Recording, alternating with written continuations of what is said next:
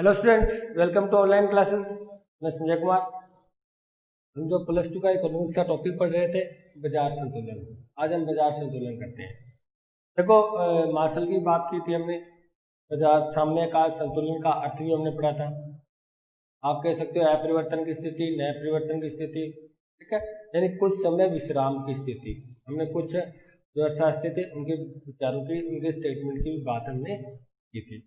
देखो, बाजार संतुलन के लिए हमने बात की थी कि दो पक्ष चाहिए हमें, एक तो मांग पक्ष चाहिए और एक पूर्ति पक्ष चाहिए। यानी इसका मतलब मांग पक्ष और पूर्ति पक्ष के मिश्रित रूप से हम क्या कर सकते हैं, बाजार का संतुलन कर सकते हैं। बाजार का संतुलन या साम्य एक ही बात है, संतुलन या साम्य कर सकते हैं। ये बात प्रोफेसर मार्शल ने कही थी। तो जो बाजार का संतुलन होता है वो कैसे होता है, वो दो शक्तियों के द्वारा होता है। दो शक्तियां कौन सी होती है, एक तो शक्ति होती है जो मांग पक्ष की होती है, दूसरी होती है पूर्ति पक्ष। यानी दो शक्तियों के द्वारा हम क्या कर सकते हैं, बाजार का संतुलन पूरा कर सकते हैं। तो देखो, हमने जो पिछली वाली क्लास थी उसके अंदर हमने मांग पक्ष को भी पढ़ लिया था, डायग्राम बनाया था, पूर्ति पक्ष को भी पढ़ लिया था। आज हम दोनों को पढ़, जब दो ही चीज होती है यानी दो पक्षों की आवश्यकता होती है बाजार संतुलन के लिए, और दोनों को हम पढ़ चुके हैं, तो अब हम कर देते हैं बाजार का संतुलन। क्या कर देते हैं, बाजार का संतुलन। इसके बारे में थोड़ी चर्चा कर लेते हैं। देखो, बाजार का संतुलन वहां होता है जहां पर मांग पक्ष और पूर्ति पक्ष यानी वस्तु की मांग और पूर्ति दोनों क्या हो जाए, बराबर हो जाए। देखो, मैं बात की थी, हमने मांग पक्ष की बात की थी, उसके अंदर पढ़ा था कि मांग कौन करता है, भोक्ता करता है, और भोक्ता वस्तु की कीमत कहाँ बराबर देगा, जहां पर ये दोनों बराबर हो जाए। यानी वो चाहेगा भी कम से कम कीमत दी जाए, है ना। भोक्ता तो ये चाहता है। आप बाजार से दुकान से सामान लेने जाते हो, कोई वस्तु पेंट शर्ट लाते हो या कुछ और सामान लाते हो, तो ऐसी स्थिति में आप उससे वाद विवाद करते हो, यानी आप ये चाहते हो कि उसको कम से कम कीमत दी जाए। लेकिन जो पूर्ति पक्ष की बात करते हैं, उत्पादक की बात करते हैं, वो ये चाहता है कि उसको ज्यादा से ज्यादा कीमत मिले। यानी क्या, वो ये चाहता है भी, यानी न्यूनतम इतनी कीमत उसको मिले जितनी उसकी सीमांत लागत है, यानी उससे ज्यादा कीमत मिलनी चाहिए। ये चाहता है कि जितनी उसकी सीमांत उपयोगिता है उतनी तो कीमत वो चुकाएगा, उतनी कीमत चुकानी पड़े, उससे ज्यादा न चुकानी पड़े। देखो, ये तो चाहता है कम से कम यानी न्यूनतम कीमत हो, उस वस्तु की न्यूनतम कीमत चुकानी पड़े। ये चाहता है उस वस्तु की अधिकतम कीमत मिले उसको, यानी अधिक कीमत मिले। आप ये सीधा कह सकते हो, अधिक कीमत मिले, ठीक है। तो ये तो चाहता है कम से कम पैसा दिया जाए, ये चाहता है अधिक से अधिक पैसा लिया जाए। तो फिर क्रय विक्रय कैसे हो जाएगा, एक तो चाहता है मैं कम पैसा दूं, एक चाहता है मैं अधिक पैसा लूं। तो ऐसी स्थिति में तो वस्तु बिकेगी नहीं, क्योंकि मैं कहता हूँ 500 दूंगा, आप दुकानदार हो, आप कहते हो जी हम तो 800 रुपये लेंगे, तो क्या वस्तु बिक जाएगी, क्या नहीं बिक पाएगी, संतुलन नहीं हो पाएगा।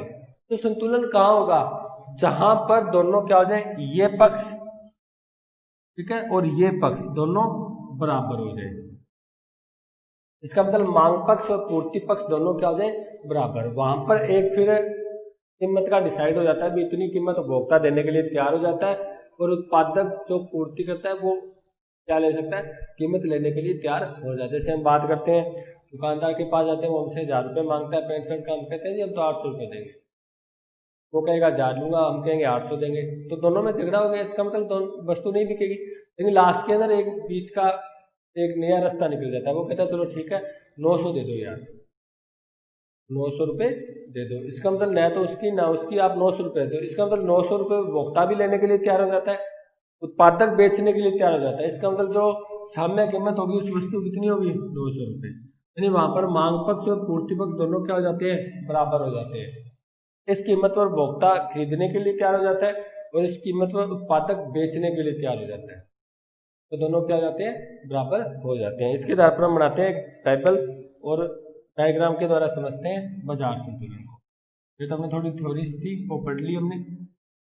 अब हम डायग्राम और टेबल के द्वारा समझते हैं बाजार संतुलन क्या होता है, ठीक है। तो आपके बुक के अंदर टेबल दे रखी है, उसी को करते हैं। यहाँ पर वस्तु की कीमत दे रखी है आपको, एक्स वस्तु है, सीधे लिख दो वस्तु की कीमत 5, 10, 15, 20, 25 और 30। ठीक है, इधर आपको दे रखी है एक्स वस्तु की मांग, एक्स लिख लेते हैं, एक्स वस्तु की मांग। ये तो पक्का है ना, कीमत बढ़ेगी तो मांग तो कम होगी होगी, तो वो 25 के बाद कीमत बढ़ गई तो 22, उसके बाद 18, 15 रुपये कीमत पर, और 20 पर 15, 9, 6, 15, 9 और ये तो जानते हो आप भी, कीमत बढ़ती है तो मांग तो कम होती होती है। यहाँ पर लिख देते हैं एक्स वस्तु की पूर्ति। अब पूर्ति का नियम हमने पढ़ा था, अभी कीमत बढ़ेगी तो पूर्ति क्या होगी, बढ़ेगी, क्योंकि कीमत और मांग में विपरीत संबंध होता है। ठीक है, और पूर्ति और कीमत में प्रत्यक्ष संबंध होता है। इसके अंदर आपको दे रखा है 2, 5, 9, आगे आपको दे रखा है 15, 23, 31, 15, 23 और 31। हम पहले इसको देख लेते हैं, जो हमने बात की थी वो सही है क्या। देखो 5 रुपए कीमत और उपभोक्ता 25 वस्तु खरीदता है, लेकिन वो बेचने के लिए दो ही होता है, वो दो ही वस्तु बेच सकता है, तो कीमत कम है, इसको हानि होती है, उत्पादक को, पूर्तिकर्ता को हानि होती है। ऐसे 10 रुपए पर ये 22 खरीद सकता है, ये 5 वस्तु बेचने के लिए तैयार होता है। 15 पर ये 18, ये 9, 20 पर ये 15, ये 15, 25 पर ये 9, लेकिन ये 23। अब तो उपभोक्ता कम खरीदेगा ना, क्यों, कीमत बढ़ गई है। 30 पर ये 6 ही खरीदने के लिए तैयार होता है, 31 बेचने के लिए तैयार होता है। अब सुनो बात, हमने जो संतुलन की मेन शर्त पढ़ी थी, संतुलन की शर्त, साम्य की क्या शर्त थी, वो ये थी कि जो मांग पक्ष है और जो पूर्ति पक्ष है दोनों क्या हो जाए, बराबर हो जाए। मांग पक्ष और पूर्ति पक्ष दोनों क्या हो जाए, बराबर, ये हमारी शर्त है। अब यहाँ पर आपको इस टेबल में ये देखना है भी काम पर एक्स वस्तु की मांग और एक्स वस्तु की पूर्ति दोनों बराबर हो रही है। एक्स वस्तु की मांग और एक्स वस्तु की पूर्ति कहाँ बराबर है, देखो यहाँ पर मांग ज्यादा है, यहाँ पर भी मांग ज्यादा है, यहाँ पर मांग ज्यादा है, तो 25 ज्यादा है, 2 कम है, तो इसका ये ग्रेटर नहीं लगाते हैं ना, तो जिस तरह मुंह खुला होता है वहां बड़ी होती है, वैसे ही लगा रहा हूँ मैं, कोई दिक्कत नहीं है, ये आपको लगाना नहीं है। यहाँ पर पूर्ति ज्यादा है, यहाँ पर भी पूर्ति ज्यादा है 23, यहाँ पर क्या है, ये वो बिंदु है जहां पर दोनों बराबर है। देखो अंदर अंदर बराबर है ना। इसके सामने वाली कीमत देख लो कितनी है, कितनी है 20, और 20 कीमत है वो क्या है, बाजार संतुलन की साम्य कीमत है। आप इसे क्या कहोगे, साम्य कीमत। क्यों है, क्योंकि मांग और पूर्ति दोनों क्या है, बराबर है। इसका मतलब आपको ये शर्त तो देखनी है, कौन सी शर्त, बराबर की शर्त, यानी दोनों क्या होने चाहिए, बराबर होने चाहिए, दोनों बराबर होने चाहिए। ठीक है, क्योंकि ये तो पढ़ चुके हैं पहले से ही, तो जब तक कीमत ज्यादा होगी, उत्पादक कम, उत्पादक ज्यादा कीमत लेगा और जो उपभोक्ता होगा वो कम कीमत देगा, ऐसी स्थिति में वस्तु बिक नहीं पाएगी। तो वस्तु कब बिकेगी, वस्तु तब बिकेगी जब दोनों बराबर हो जाए, यानी उस कीमत पर जहां पर उपभोक्ता खरीदने के लिए तैयार हो जाए और उत्पादक बेचने के लिए तैयार हो जाए। ठीक है, तो वो कीमत कौन सी है, वो कीमत है 20 रुपये। क्यों, क्यों है 20 रुपये, क्योंकि वहां पर मांग और पूर्ति जो आपकी है, जो शर्त थी, कौन सी शर्त, मांग और पूर्ति की शर्त, वो दोनों क्या हो रहे हैं, बराबर हो रहे हैं। देखो 20 रुपये कीमत पर मांग भी 15 है और 20 रुपये कीमत पर पूर्ति भी क्या है, 15 है। 20 रुपये कीमत पर मांग भी 15 है, पूर्ति 15, इसका मतलब दोनों बराबर है। कौन सी कीमत पर, 20 रुपये पर, तो दोनों बराबर है, तो 20 क्या होगी, साम्य कीमत होगी, ये बाजार का संतुलन हो गया। तो नहीं है, बिल्कुल सिंपल है। ठीक है, यानी यहाँ पर जितनी मांग थी उतनी पूर्ति है। हम 15 वस्तु मांग रहे थे 20 रुपये, हम कहते थे 15 वस्तु ले लेंगे, हमें 20 रुपये कीमत में दे दो, ये 15 वस्तु 20 रुपये कीमत में बेचने के तैयार हो जाता है। चलो ठीक है भैया 15 वस्तु ले लो, हम 20 रुपये के दाम पे ले लो, तो इसका मतलब 20 रुपये दोनों मान गए ना, उत्पादक भी मान गया, उपभोक्ता भी मान गया, नहीं दोनों क्या हो गए, दोनों के विचार बराबर हो गए, और उस कीमत पर दोनों एक वस्तु बेच देगा, एक खरीद लेगा। अब इसके आधार पर हम डायग्राम बना लेते हैं, डायग्राम मैं यहाँ बना लेता हूँ, थोड़ा बड़ा बनाते हैं डायग्राम को बढ़िया से।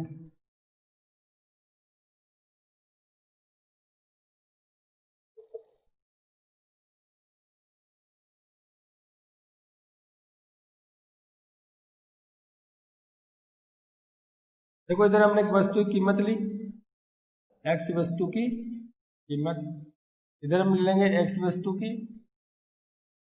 मांग व पूर्ति, ठीक है। कीमत 5, 10, 15, 20, 25 और 30 तक थी, ठीक है। इधर हम ले लेंगे मांग पूर्ति को, चार चार का ले लो, अच्छा ले लेते हैं 4, 8, 12, 16, 30, 24, 22 और 32। यानी आप अगर आप बिंदु मिला के करोगे ना अलग अलग तो भी आपका ये डायग्राम बनेगा, लेकिन आपको तो सिर्फ 15 तक है ना, तो 3-3 का ले लेते हैं, आपकी बुक में ले रखा है ताकि आसानी रहे, 5-5 का ले लेते हैं ताकि बनाने में आसानी रहे, कोई मध्य का बिंदु ना निकल जाए। 5, 10, 15, 20, 25, 30 और 35, ठीक है। हमने क्या किया आपको पता है कि जैसे जैसे कीमत बढ़ेगी वैसे वैसे मांग घटेगी, यानी ये मांग का हमारा ये बिंदु था, यानी मांग वक्र होता है ऋणात्मक ही था, तो ये विपरीत संबंध होता है, मांग वाले अवधारणा पढ़ लिया ना हमने।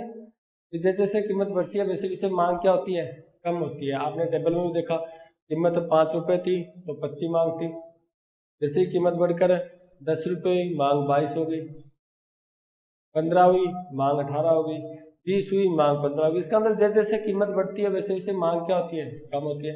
इधर देख लो, जैसे जैसे कीमत बढ़ती है वैसे वैसे पूर्ति बढ़ रही है, देखो 5 पर 2 थी, 10 पर 5, 15 पर 9, 20 पर 15। जैसे जैसे कीमत बढ़ रही है वैसे वैसे पूर्ति बढ़ रही है, क्योंकि उसमें प्रत्यक्ष संबंध होता है, तो बढ़ रही है तो इसके अंदर आपका ये डायग्राम बन जाएगा पूर्ति वक्र का। ये पूर्ति वक्र है आपका एस एस, और डी डी है वो आपका डिमांड वक्र या आप कह सकते हो मांग वक्र है। अब हमारी जो मेन शर्त क्या थी, हमारी मेन शर्त थी कि कीमत यानी साम्य या संतुलन कब होगा, साम्य संतुलन तब होगा जब मांग पक्ष बराबर पूर्ति, यानी मांग और पूर्ति उस वस्तु क्या हो जाए, बराबर हो जाए। तो बराबर कहाँ होंगे, जहां पर ये दोनों काटेंगे, यहाँ पर ये क्या करेंगे आपस में, यानी मांग वक्र और पूर्ति वक्र ये लिखोगे आप। जैसे देखो यहाँ पर तो आपको तालिका की व्याख्या करनी है, आपको बता ही देता हूँ, चलो इसको बाद में करते हैं। आपको ये टेबल दी इसकी व्याख्या करनी है, मैंने आपको पहले ही कहा था सीधा डायग्राम बना के नहीं है ना, आपको सीधी अगर आप टेबल बनाते हो टेबल नहीं बना के आनी, उसकी आगे नीचे व्याख्या भी करनी है।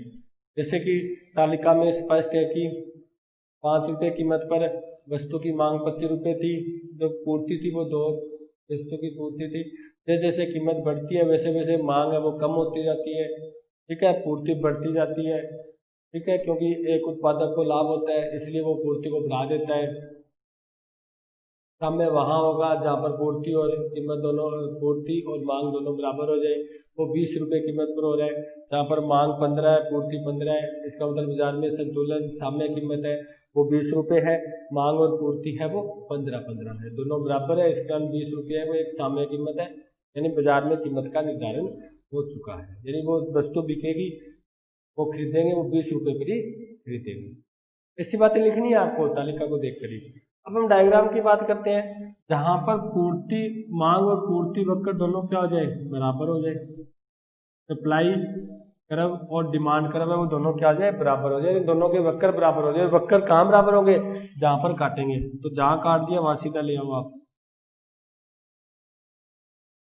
कहाँ पर आता है 15 पर, इसका मतलब यहाँ पर इधर कहाँ पर आता है 20 पर, ये आपको ध्यान रखना है भी 20 पर लेके आना है, क्योंकि टेबल के अंदर हमने 20 रुपये क्या किया था, साम्य कीमत निकाली थी, तो इस 20 रुपये पर क्या जहाँ ये काटते हैं, कहाँ काटते हैं, कीमत होती है वहां पर 20 रुपये, मांग होती है 15 और पूर्ति होती है 15, यानी ये दोनों बराबर होते हैं। तो आप इसके द्वारा कह सकते हो, जैसा कि रेखा चित्र में स्पष्ट है कि जहां पर मांग वक्र और पूर्ति वक्र आपस में काटते हैं वहां पर साम्य होगा, ठीक है, और काटने पर कीमत होगी 20 रुपये साम्य कीमत, साम्य मांग होगी 15 और साम्य पूर्ति होगी 15। इसका मतलब मांग और पूर्ति दोनों बराबर हो जाएंगे, दोनों बराबर हो जाएंगे तो बाजार के अंदर जो कीमत का निर्धारण होगा वो 20 रुपये होगा।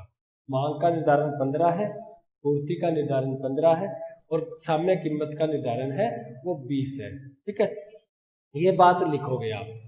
अब यहाँ पर तो ये तो मैटर हो गया भी, ठीक है, दोनों बराबर हो गए, ये दोनों डिसाइड हो गए। अब आपको ये भी ध्यान रखना है, ये बिंदु पढ़ेंगे हम। एक तो ऊपर वाली कीमत मान लेते हैं 25 रुपये वाली कीमत ले लेते हैं हम, ठीक है, ₹25 कीमत यानी, और एक 15 कीमत, 10 की कीमत ले लेते हैं। यानी आपको ये क्या पता, ये दोनों ये जो बिंदु है, ई बिंदु है वो सामने का बिंदु है, इसको प्रूफ भी करना है ना हमें। ई बिंदु है वो सामने का बिंदु है क्या, इसको क्या बता, इसके आधार पर आपके 2 लेस पर्सन बनते हैं। बहुत ही बढ़िया, ध्यान से सुनो, सिर्फ डायग्राम को देखकर। ये आने वाले तो आगे, लेकिन मैं यही आपको क्यों करा रहा हूँ, क्योंकि आपको डायग्राम समझ आ गया तो वो पर्सन आराम से समझ आ जाएगा। मैं पहले कहता हूँ मांग आधिक्य है। अब आधिक्य क्या होता है, आधिक्य होता है जब अधिक हो, यानी मांग अधिक हो। मांग क्या हो, अधिक हो। तो देख लो कहाँ है मांग अधिक्य, इस 10 रुपए कीमत पर। क्योंकि देखो साम्य कीमत हुई थी 20 रुपए निर्धारित, अगर हमसे कोई 20 रुपए से भी कम कीमत ले तो मांग को घटाएंगे या बढ़ाएंगे, बढ़ाएंगे, क्योंकि कीमत कम हो रही है। देखो हमें पता है बाजार में उसकी कीमत 20 रुपए है, और वो कहता है चलो आज आपके लिए ऑफर है, आप 10 रुपए में ले जाओ, हम वस्तु ज्यादा ही खरीदेंगे। इसका मतलब इसे बोलते हैं मांग आधिक्य है। आपको देख लो, डिमांड वक्र यहाँ पर है, यानी मांग वक्र यहाँ पर है, और पूर्ति वक्र, यानी दोनों में इतनी क्षति है, यानी मांग वक्र बड़ा है, पूर्ति वक्र छोटा है। इसका मतलब यहाँ पर डिमांड बड़ी है, पूर्ति कम है, यानी वस्तु की पूर्ति तो कम है और मांग ज्यादा है। और जब मेरे को ये बताओ, जब मांग ज्यादा हो पूर्ति कम, उसका मतलब खरीदने वाले तो 20 आ जाए, वस्तु हमारे पास 10 ही हो। मान लेते हैं कोई गांव है, उसके अंदर 10 वस्तु है, खरीदने वाले 20 आ गए, वो व्यक्ति क्या करेगा। अब ये ऐसे तो नहीं भागकर दिल्ली जाके वो सामान ले आएगा, 10 हो लिया, ऐसा तो हो नहीं सकता, क्योंकि खरीदने वाले अभी अपने दर पर, द्वार पर खड़े हैं जी, हमें तो वस्तु दो। ऐसी स्थिति में हम क्या करेंगे, वस्तु की कीमतें बढ़ा देंगे, वस्तु की कीमतें बढ़ा देंगे। इसका मतलब यहाँ पर हम स्थिर नहीं रहेंगे, तो कीमत बढ़कर कहाँ जाएगी, 20 रुपये कीमत पर।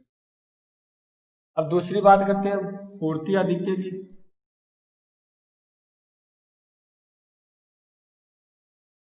यानी आधिक्य अधिक, यानी इसमें पूर्ति अधिक होती है, मांग कम होती है।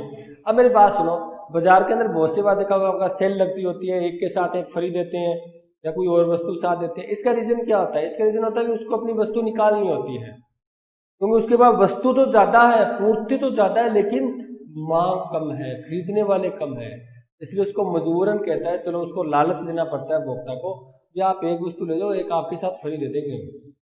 वो लालच देकर अपनी वस्तु बेचता है, या वो कहेगा चलो यार तू ले जा, तो कीमत इच्छा उतनी है, कम कीमत में बेच देगा वो। यानी कहने का मतलब है भी साम्य कीमत से जो ऊपर की कीमत होती है उसमें क्या होती है, पूर्ति। देखो पूर्ति वक्र इधर है, मांग वक्र इधर है, यानी यहाँ पर पूर्ति आधिक्य है। अब आप क्या कह सकते हो, आप ये कह सकते हो कि साम्य कीमत से नीचे की जो कीमत होती है वो मांग आधिक्य को बताती है, और साम्य कीमत से, क्यों साम्य कीमत तो 20 है, उसके ऊपर की जो कीमत होती है वो पूर्ति आधिक्य को बताती है। अब ऐसी स्थिति में क्या होती है, पूर्ति अधिक होगी, मांग कम है, तो भोक्ता जो उत्पादक क्या करेगा, वो क्या करेगा, वस्तु की कीमतें घटा देगा, वस्तु की कीमतें कम करेगा, तभी उसकी वस्तु बिक पाएगी, क्योंकि पूर्ति तो ज्यादा है, स्टॉक उसके पास ज्यादा है, लेकिन खरीदने वाले कम है। तो फिर वो जनता को लालच देगा, भोक्ता को लालच देगा, और लालच कैसे देगा, कीमतों में कमी करके, कीमत कम करेगा तभी तो उसकी वस्तु बिक पाएगी, वरना बिक नहीं पाएगी कीमत। ठीक है, तो देखो न तो यहाँ पर स्थिर है 10 रुपए पर, न 25 पर स्थिर है। अगर 25 की कीमत है तो कीमत कम हो जाएगी, यदि 10 की कीमत है तो कीमत बढ़ जाएगी। इसका मतलब हमारे साम्य का अर्थ क्या था, साम्य का अर्थ था अपरिवर्तन की स्थिति, अपरिवर्तन की स्थिति। अब न तो यहाँ पर अपरिवर्तन है क्योंकि परिवर्तन हो रहा है, कीमत कम हो रही है, न यहाँ पर अपरिवर्तन है क्योंकि परिवर्तन हो रहा है, कीमत बढ़ रही है। तो कहाँ पर जाके स्थिर होता है, 20 रुपए कीमत पर। तो आप कह सकते हो प्रूफ हो गया, यानी आपने इसको सिद्ध कर दिया कि जो 20 रुपए कीमत है वह साम्य कीमत है, वह साम्य कीमत। तो समझ गया, मांग अधिक्य और पूर्ति अधिक्य। अगर आपसे मैं सीधा पूछ लूं मांग अधिक्य की स्थिति में कीमत होती है तो आप क्या कहोगे, साम्य कीमत से कम, तभी तो मांग अधिक्य होता है। अगर आपसे पूछ लूं पूर्ति अधिक्य में वस्तु की कीमत होती है, आप कहोगे साम्य कीमत से ज्यादा, तो साम्य कीमत से ज्यादा होती है। ऐसी स्थिति में पूर्ति अधिक होती है, मांग कम होती है, तो ऐसी स्थिति में कीमत वापस कम करनी पड़ती है। यदि मांग अधिक है, ऐसी स्थिति में कीमत कम होती है, यानी साम्य कीमत से कम होती है, मांग ज्यादा होती है, पूर्ति कम होती है। ऐसी स्थिति में मांग ज्यादा होने के कारण कीमतें बढ़ जाती है, यानी कोई भी अपरिवर्तन नहीं है, परिवर्तन हो रहा है। तो कहाँ पर, क्योंकि साम्य तो ये बताता है भी अपरिवर्तन होना चाहिए, यानी परिवर्तन नहीं होना चाहिए। तो 20 रुपये ऐसी कीमत है जहां पर क्या है, मांग और पूर्ति दोनों बराबर है और अपरिवर्तन की स्थिति है। इसके बाद न तो उत्पादक कीमत को कम ज्यादा करेगा, न उपभोक्ता चाहेगा भी कीमत कम हो, यानी 20 रुपये पर न तो उत्पादक चाहेगा भी उससे ज्यादा कीमत मिले, उत्पादक भी उपभोक्ता भी नहीं चाहेगा भी उससे कम कीमत मिले। ऐसी स्थिति में दोनों के विचार मिल जाते हैं और वस्तु बिक जाती है, यानी एक साम्य कीमत का निर्धारण हो जाता है। बस ये है मांग अधिक्य और पूर्ति आधिक्य, और आपके बाजार का संतुलन कंप्लीट हो चुका है। अब देखो बाजार का संतुलन हो चुका है, इसका मतलब जहां पर मांग और पूर्ति दोनों बराबर हो जाए। अब बात ये आती है, मैं कुछ आपको नॉर्मल सी बात बताता हूँ आगे वाला टॉपिक करने से पहले भी। अगर मांग स्थिर रहे, पूर्ति वक्र परिवर्तन हो जाए तो क्या होने वाला है?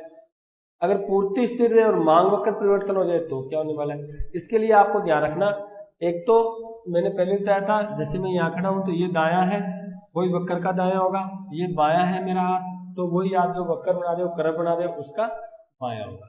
इसका मतलब अगर कोई वक्र इधर की इस साइड में जा रहा है तो वो दाई ओर जा रहा है, अगर इस साइड जा रहा है तो वो बाई ओर जा रहा है। अगर कोई वक्र दाई ओर जाएगा तो ध्यान रखना उसको बोलेंगे वृद्धि, यानी उसमें क्या हो रही है, वृद्धि हो रही है। अगर कोई वक्र बाई ओर जाएगा तो उसमें कहेंगे कमी। इसका मतलब वो बाई ओर क्यों जा रहा है, क्योंकि उसमें कमी हो रहा है, कमी हो रही है। और वो दाई ओर क्यों जा रहा है, क्योंकि उसमें वृद्धि हो रही है। ये बातें समझिए ना आप। एक तो आपको ध्यान रखना है कि कोई वक्र अगर दाई ओर जा रहा है, इसका मतलब उसके अंदर वृद्धि हो रही है, तब वो दाई ओर जा रहा है। यानी मैंने अगर आपको कहा ना ये वक्र दाई ओर चला गया, तो आपको ये ध्यान रखना है सर जी इसके अंदर वृद्धि हो गई। अगर मैं कहूँ बाई ओर चला गया तो आपको ये ध्यान रखना है इसमें तो कमी हो गई थी, तब ये बाई ओर चला गया। यानी कुछ बातें हैं, हो सकता है आपको कमी वृद्धि दिखे ही नहीं, एग्जामिनर आपको सीधा ही लिख दे मांग वक्र दाई ओर चला जाए तो कीमत पर क्या प्रभाव पड़ेगा। दाई ओर का तो पता होना चाहिए ना, वृद्धि को बता रहे हैं, या तो सीधा ही लिख दे भी मांग वक्र में वृद्धि हो जाए या दाई ओर शिफ्ट हो जाए। ठीक है, तो आपको पता होना चाहिए दाई शब्द आ रहा है इसका मतलब वृद्धि की बात कर रहा है, और बायां शब्द आ रहा है इसका मतलब वो कमी की बात कर रहा है। चलो अब करते हैं अपना एक नेक्स्ट बहुत ही बढ़िया टॉपिक। ये सामने कंप्लीट हो गया आपका। अगर आपको बाजार संतुलन आए ना बड़ा पर्सन, तो आप क्या करोगे, सबसे पहले आप सामने का अर्थ बताओगे। मैं आपको बता रहा हूँ प्रश्न करना कैसे होते हैं। कई बार क्या होता है हमें सब कुछ प्रश्नों के उत्तर याद होते हैं, लेकिन स्टार्टिंग करने नहीं आती कि करें कैसे, फिर उल्टा सुल्टा हो जाता है। तो पहले बात लिखनी होती है बाद में लिखते हैं, जो बाद में लिखनी होती है पहले लिखने होते हैं, लिख देते हैं। इसी कारण हमारे नंबर भी करते हैं अभी। ठीक है, बाजार संतुलन आ जाए तो पहले आप सामने का अर्थ बताओ, संतुलन का अर्थ बताओ आप क्या होता है ये। फिर आप बताओ मांग पक्ष को, क्योंकि संतुलन के लिए कितने, देखो किसी वस्तु के संतुलन के लिए आपको क्या क्या चाहिए। एक तो मांग पक्ष चाहिए, इसका अर्थ बताओ, इसको टेबल डायग्राम से बता दो। एक आप पूर्ति पक्ष को बता दो, जो आपने लगभग 2 बार किया है मांग पूर्ति, एक तो हमने अवधारणा में किया है, एक इस लेसन में भी हमने कर दिया। अलग अलग डायग्राम बता दो, फिर इसको बाजार संतुलन कर दो, यानी फिर इसको इकट्ठा बता दो, बस आपका लेसन पर्सन पूरा। यानी सिस्टम तो पता होना, क्रम तो पता होना चाहिए ना। तो बाजार संतुलन तो तभी जब बता पाएंगे जब हमें सामने और संतुलन का पता होता है, तभी तो संतुलन को कर पाएंगे। दूसरी बात, बाजार संतुलन तभी कर पाएंगे जब हमें ये तो पता हो ना उस संतुलन के लिए हमें कौन कौन सी चीज चाहिए। घर वाले कहते हैं सब्जी बना दो, हमें पता तो होना चाहिए ना उसके अंदर क्या क्या चीज पड़ेगी, नमक पड़ेगा या चीनी पड़ेगी, है ना, राई डालेंगे या उसके अंदर कुछ मिर्ची डालेंगे, वो तो पता होना चाहिए ना। तो इसका मतलब बाजार संतुलन के लिए आपको 2 पक्ष लेना है, ये डालना है उसके अंदर, मांग को और पूर्ति को डालोगे तभी जाके वो सामने होगा। इसका मतलब आप मांग पक्ष को अलग बता दो, पूर्ति पक्ष को अलग बता दो, फिर दोनों को इकट्ठा कर दो, बाजार संतुलन कंप्लीट।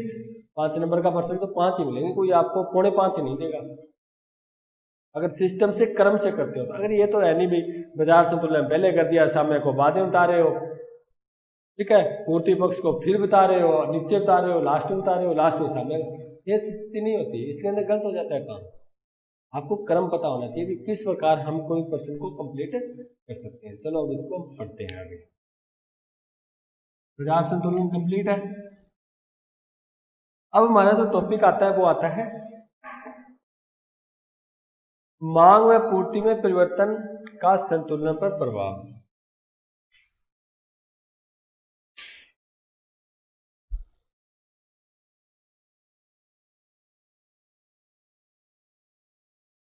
मांग व पूर्ति में परिवर्तन का संतुलन पर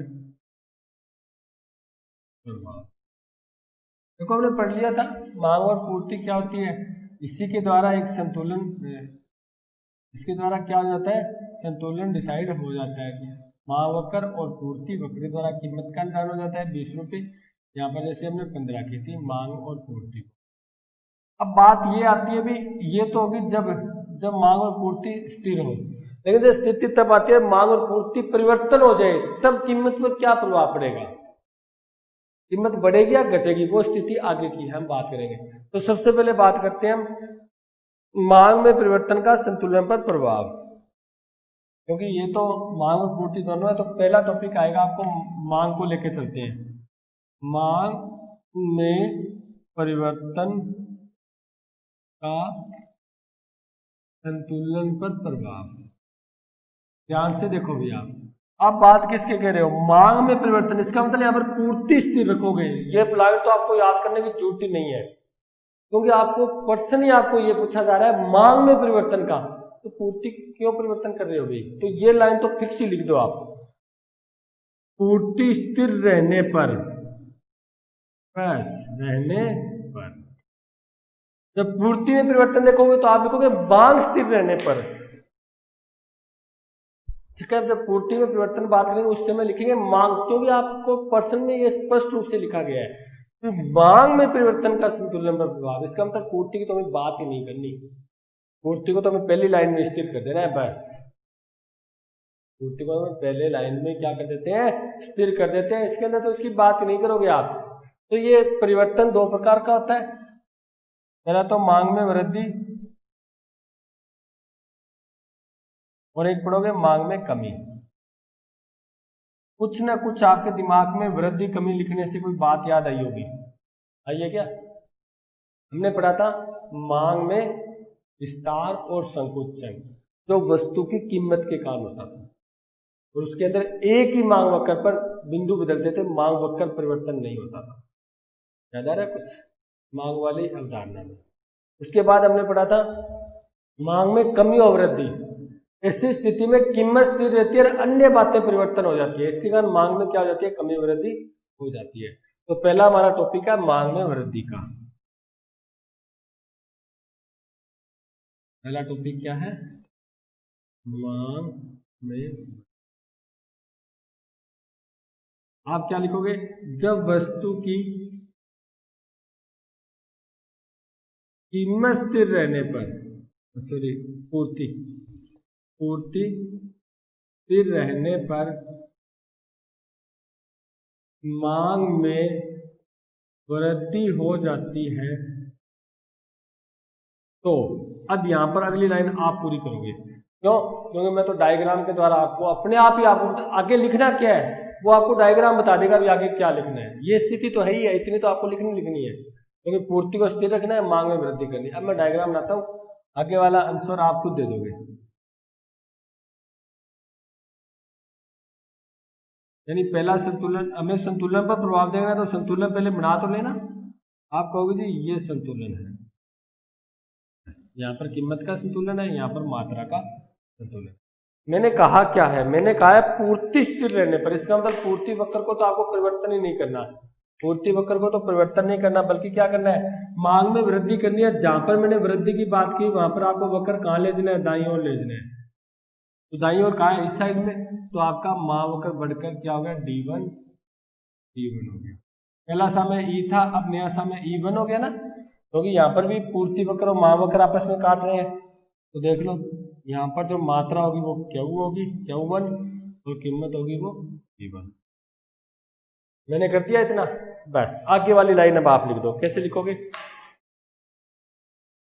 जब वस्तु की पूर्ति स्थिर रहने पर मांग में वृद्धि हो जाए तो साम्य कीमत होती है, उससे क्या हो जाती है, कीमत बढ़ रही है ना, तो वस्तु की कीमत व देखो मात्रा भी बढ़ रही है, ठीक है, कीमत व पूर्ति बढ़ जाती है। बस ये लाइन मैंने पूरी कर दी। इसको देखकर डायग्राम को, क्योंकि यहाँ पर जो जो भी आपके उत्तर मिलेंगे ना वो डायग्राम से मिलेंगे। पहली शर्त तो आपको बड़ी मांग में वृद्धि रहे हो, तो इसका मतलब पूर्ति को स्थिर रख दो, मांग में वृद्धि कर दो। अब क्या हुआ है वो आपको डायग्राम बता देगा। मैंने वृद्धि करके देख लिया यार, एक तो इसमें कीमत बढ़ गई है और एक इसकी पूर्ति भी बढ़ गई है, चलो ठीक है, ये दो बातें मैंने लिख दी यहाँ पर, खत्म। कितना सिंपल है देखो, ठीक है। अब इस डायग्राम की व्याख्या कर दो नीचे। व्याख्या यही करोगे जैसे रेखा चित्र में स्पष्ट किया गया है। पहला समय यही था जहां पर पहला पूर्ति वक्र और मांग वक्र आपस में काट रहे थे, वहां पर कीमत थी वो ओपी थी, मात्रा थी वो क्यू थी। जैसे पूर्ति स्थिर रखते हुए वस्तु की मांग में वृद्धि हो जाती है, यानी मांग वक्र दाईं ओर चला जाता है, ऐसी स्थिति में जो नया समय वो ई से कहां चला जाएगा, E1 पर चला जाएगा। नई कीमत है वो P से P1 चली जाएगी, नई मात्रा है वो Q से Q1 चली जाएगी। अर्थात पूर्ति स्थिर रहते हुए जो वस्तु की मांग में वृद्धि होती है, ऐसी स्थिति में वस्तु की कीमत व पूर्ति दोनों बढ़ जाती है। ये लाइन आपको नीचे लिखनी है। इसका मतलब आपको क्या करना है, इसकी व्याख्या करनी है डायग्राम की इस रेखा चित्र। इतना सिंपल है देखो, है ना। कुछ नहीं किया मैंने, मेरे को पता नहीं था, लेकिन मैंने सोचा यार इसको दाईं ओर जाना है। इतना पता था वृद्धि होती है वो दाईं ओर होती है, मेरे को इतना पता है मांग में वृद्धि बात कर रहे हैं, इसका मतलब पूर्ति को मैं स्थिर रखूंगा। तो मैं जैसे ही डायग्राम ये बनाया मेरे को सारी बातें याद आ गई भी कौन बढ़ रहा है कौन घट रहा है। तो जो बढ़ रहा है, अब यहाँ पर दोनों बढ़ रहे हैं तो मैं दोनों बातें लिख दूंगा जी, दोनों बढ़ रहे हैं जी, बस सिंपल सी बात है। और इसको देखकर मैंने इस डायग्राम को देखकर उसके नीचे व्याख्या कर दी। कोई अलग से मेरे को टॉपिक याद नहीं करना पड़ा, कोई पैरा याद नहीं करना पड़ा, या कोई अलग से मेरे को कोई मत्थावच्ची नहीं करनी पड़ी। बिल्कुल सिंपल है ना। तो ये मांग में वृद्धि कंप्लीट होगी। हमारा प्रश्न क्या था, हमारा प्रश्न था मांग में परिवर्तन, और मांग में परिवर्तन दो प्रकार का होता है, मांग में वृद्धि और कमी। अब कमी वाला कर लेते हैं, कोई दिक्कत ही नहीं है।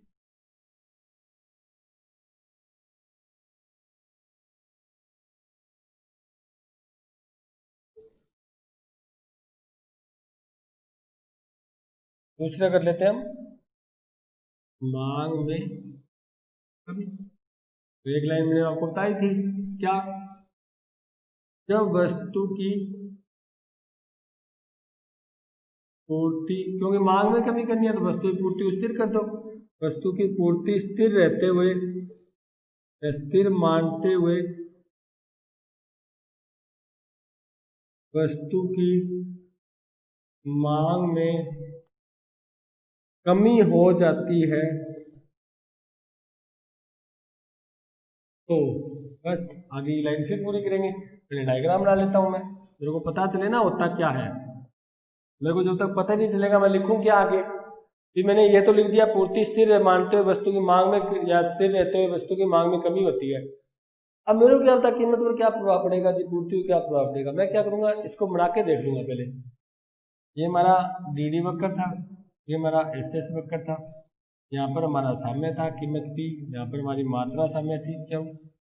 अब हमारी शर्त क्या है, शर्त ये है कि पूर्ति स्थिर मानते हैं, पूर्ति स्थिर रहते हुए वस्तु की मांग में क्या हो रही है, कमी हो रही है। इसका मतलब कहाँ जा रहे हैं, बाईं ओर, और बाईं ओर इस साइड में है तो मैं इस, बाईं ओर इधर होता है दाईं ओर इधर होता है, तो मैं यहाँ पर बाईं ओर चला गया, D1 वृद्धि की थी तो ऊपर की ओर दाईं ओर गए थे, कमी की थी तो नीचे की ओर आ गए, बाईं ओर आ गए। बिल्कुल सिंपल है। अब देख लो पहला समय आपका ये था, ई पर जो साम्य कीमत भी थी, ई पर जो साम्य यानी ई साम्य पर साम्य कीमत ई ओपी थी, ओपी, और मात्रा थी वो ओ क्यों। साथ साथ में आपको इसकी व्याख्या भी कर रहा हूं मैं, ठीक है। अब नया समय देख लो कहां पर काट रहा है, यहां पर ये पूर्ति वक्र, क्यों समय तो वही होगा जहाँ पर पूर्ति और मांग काटे, तो काट कहाँ रहा है, पूर्ति वक्र ये रहा, मांग वक्र ये रहा, इस E1 पर नया समय, तो इसके साथ मैं लगा लेता हूँ कीमत E1 मात्रा Q1। बस इतना मिलाती मेरे को सब पता चल गया। अभी क्या लिखना है यहाँ पर लिख देता हूँ। तो वस्तु की कीमत कम हो जाती है और मात्रा पूर्ति भी क्या हो जाती है, कम हो जाती है। लिख देता हूँ यहाँ पर। तो वस्तु की कीमत व पूर्ति में कमी होती, कितनी सिंपल बात है। ये जो लास्ट में लाइन लिखी थी वो डायग्राम को देखकर ही तो लिख रहा हूँ मैं, कोई अलग से थोड़ा लिख रहा हूँ, क्योंकि आपको डायग्राम स्पष्ट बता रहा है। अभी नया पहला समय ये था, जैसी मांग है वो बाई हो रही है, यानी इसका मतलब कमी हुई, वैसे ही आपका नया समय ये हो गया। इसका अर्थ क्या हुआ, इसका अर्थ हुआ अभी नए समय में कीमत कम हो रही है और पूर्ति भी कम हो रही है। यानी आप लिख सकते हो जैसे ई समय पर समय कीमत ओपी मात्रा ओक्यू थी, और E1 पर क्या है, E1 पर क्या है, जो कीमत है वो OP1 है ना, OP1 इतनी रहेगी, और जो मात्रा है वो कितनी रहेगी, OQ1। अर्थात जब वस्तु की पूर्ति स्थिर रहती है, वस्तु की मांग में कमी होती है या दाएं बाईं ओर चला जाता है वक्र, ऐसी स्थिति में जो नया समय बनता है उसमें जो कीमत होती है वो पहले वाले समय से कम होती है, मात्रा होती है वो पहले वाले समय से कम होती है। अर्थात नए समय में या मांग कम होने पर कीमत और पूर्ति दोनों क्या हो जाती है, दोनों में कमी हो जाती है। बस इसको डायग्राम को देखकर लिखना है, जैसा डायग्राम में है वैसा लिखते चलेंगे, आपका लेसन पूरा कंप्लीट। बिल्कुल सिंपल है ना, इसके अंदर क्या हार्ड लगा भी आपको, कुछ ही नहीं, सिर्फ सामने के अंदर आपको ये प्रश्न में स्पष्ट रूप से लिखा होगा। अभी आपको मांग में कमी बतानी है, वृद्धि बतानी है। अगर प्रश्न आ जाए मांग में परिवर्तन, इसका मतलब वो दोनों पूछ रहे हैं आपको, क्योंकि परिवर्तन में बढ़ भी सकता है, वही परिवर्तन होता है, कम होती है वही परिवर्तन होता है, परिवर्तन तो होता है ना। परिवर्तन तो किधर की ओर ही हो सकता है, वृद्धि की ओर भी हो सकता है, नीचे की ओर भी हो सकता है, यानी मांग बढ़ भी सकती है, घट भी सकती है। तो इसी स्थिति में अगर आपको सीधा पूछ रहे मांग में कमी बताओ, फिर तो आपको ये बताना है। अगर प्रश्न पूछ रहे मांग में वृद्धि बताओ, तो पहले वाला बताना है। अगर मांग में परिवर्तन, तो दोनों को बताना है। क्लियर है बात, बिल्कुल सिंपल है। इसको देखकर ही मैंने ये बातें लिखी, और यहाँ तक तो मेरे को पता था, क्योंकि मांग में कमी करनी है तो पूर्ति को तो स्थिर रखेंगे, मांग में कमी कर दी हमने। अब आगे की बात मैंने डायग्राम से देख ली, तो मेरे को क्या करना है। अब सुन लो बात, अब मैं क्या करता हूँ, दोनों को इकट्ठा बना देता हूँ डायग्राम, यानी मांग में वृद्धि और कमी का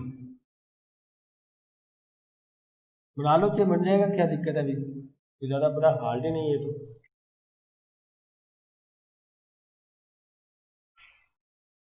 ओ एक्स अक्ष ओ वाई अक्ष, पहला सामने ये था, ये डी वक्र है, ये आपका एस एस वक्र है, ठीक है। तो आपकी कीमत थी वो पी थी, ई बिंदु पर मांग थी वो, जो पूर्ति थी वो क्यों थी। मैं वैसे इकट्ठा बना रहा हूँ, आपको जो पता हो आपको भी आप बना सकते हो, कोई दिक्कत नहीं है। अब बात सुनो, अब पूर्ति स्थिर रहते हुए अगर मांग वक्र में कमी हो, वृद्धि हो जाए, डी वन नया बन जाए, ठीक है। पूर्ति स्थिर रहते हुए अगर मांग वक्र में कमी हो जाए, यानी डी टू नया बन जाए। पहले वृद्धि दिखा दी, अब कमी दिखा दी। तो आपका पहला समय ई था, दूसरा समय E1 है, और जो तीसरा समय वो क्या है, E2 है, ठीक है। पहले जो आपका स्टार्टिंग का समय था उसमें तो OP कीमत थी, OQ पूर्ति थी। जैसे आपका नया समय बना, यानी मांग बढ़ने पर, मांग में वृद्धि होने पर उसके अंदर कीमत बढ़ गई, P1 होगी, और मात्रा बढ़कर Q1 होगी। जैसे ही कीमत में कमी हुई, उसमें मांग में कमी हुई, तो आपका नया समय E2 पर कीमत घट गई और मात्रा भी, तीनों को इकट्ठा बना दिया, दोनों इकट्ठे मिल गए ना। यानी ये तो आपका ये समय था जहाँ पर मांग और पूर्ति बराबर थी। अब आपको पूर्ति को स्थिर रखते हुए मांग में वृद्धि करोगे तो नया समय E1 आ जाएगा, इसके अंदर कीमत भी बढ़ती है, ये लगा लो आप, कीमत भी बढ़ती है और पूर्ति भी बढ़ती है, कर चुके हैं। लेकिन जैसे ही पूर्ति स्थिर होते हुए मांग वक्र बाईं ओर आ जाए, इसका मतलब कमी हो जाए, तो ऐसी स्थिति में कीमत भी घटती है और पूर्ति भी। बताओ, जो कितना सिंपल है। यानी आपका मांग में परिवर्तन वाला टॉपिक कंप्लीट हो चुका है। आगे हम नेक्स्ट जो क्लास है उसके अंदर पूर्ति में परिवर्तन करेंगे, वो नेक्स्ट क्लास में करेंगे, नेक्स्ट वीडियो में करेंगे। यहाँ पर आपका ये जो मांग में परिवर्तन कंप्लीट हो चुका है, मांग में वृद्धि और मांग में कमी, ठीक है। बाकी हम जो पूर्ति में भी यही है बिल्कुल मैटर, आपको उसमें मांग को स्थिर रखना है, पूर्ति को परिवर्तन करना है, दाई बाई और लेके जाना है। अनश्योर क्या है वो तो आपको डायग्राम बता देगा, आपको मथामची नहीं करनी, याद नहीं करना, आपको योशी नहीं रट्टा नहीं मारना यार अगर मांग बढ़ जाए तो कीमत बढ़ती है, कीमत बढ़ती है, ऐसे रट्टा नहीं मारना आपको। आपको तो सिंपल सा डायग्राम बना लेना है, आपका आंसर तैयार है आपके पास, ठीक है। तो ठीक है, पूर्ति पक्ष को लेकर मिलते हैं नेक्स्ट क्लास में। यहाँ तक इतना ही, थैंक यू।